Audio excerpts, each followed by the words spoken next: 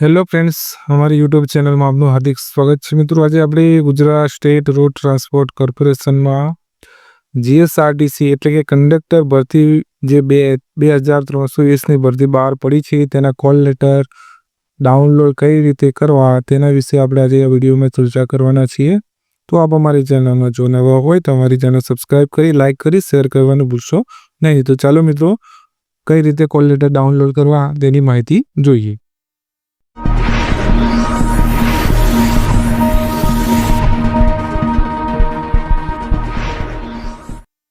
સૌપ્રથમ તમારે કોઈ બ્રાઉઝર, મોબાઈલ અથવા તો પીસીની અંદર ojas.gujarat એવું ટાઈપ કરી દેવાનું રહેશે। ટાઈપ કરશો એટલે આ રીતે ઓફિશિયલી જે વેબસાઇટ છે ojas.gujarat government.in ની તે જોવા મળશે। તો આના ઉપર આપણે ક્લિક કરીશું। ક્લિક કરશું એટલે આ રીતે ઇન્ટરફેસ જોવા મળશે, ઓનલાઈન જોબ એપ્લિકેશન સિસ્ટમ, જેમાં અહીંયા સબ મેન્યુ આપ્યા છે અને એમાં સબ મેન્યુ છે। એમાં આપણે કોલ લેટરનું જે મેન્યુ છે એના અંદર સબ જે મેન્યુ છે એમાં પ્રિલિમ એક્ઝામ કોલ લેટર, એના ઉપર આપણે ક્લિક કરવાનું રહેશે।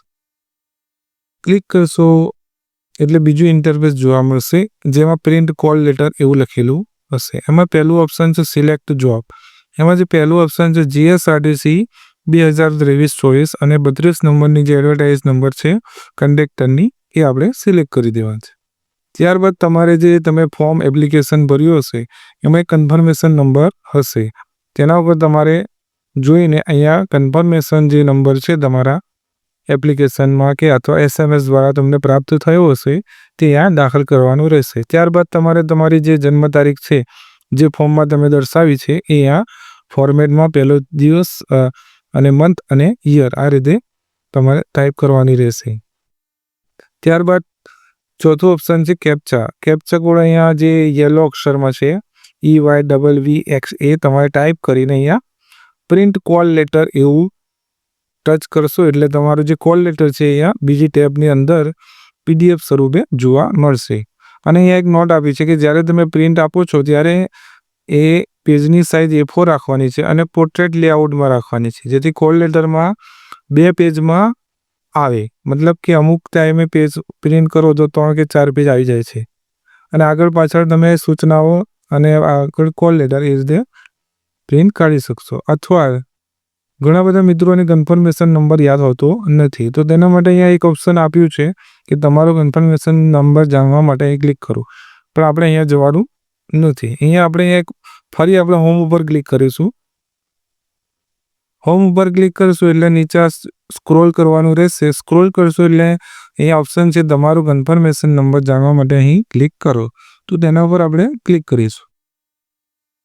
ક્લિક કરશું એટલે આ રીતે નો યોર કન્ફર્મેશન નંબર એવું જોવા મળશે। તો જેમાં અહીંયા આપણે જે એડવર્ટાઇઝ નંબર જે આપણે જોયો હતો એ અહીંયા તમારે ટાઈપ કરવાનો રહેશે અને તમારે મોબાઈલ નંબર જે તમે ફોર્મની અંદર નાખેલો છે, જે register mobile number eight the time of application, એટલે જ્યારે તમે અરજી કરી એ વખત જે મોબાઈલ નંબર ચાલુ હતો એ નંબર અહીંયા નાખવાનો છે અને અહીંયા બર્થ ડેટ, તમારી જે જન્મ તારીખ છે, મંથ, દિવસ, મંથ અને યર પ્રમાણે નાખી દેવાનું અને ગેટ કન્ફર્મેશન નંબર પર ક્લિક કરશો એટલે અહીંયા નીચે તમને કન્ફર્મેશન નંબર જોવા મળશે અને તેને તમારે લખી દેવાનો રહેશે।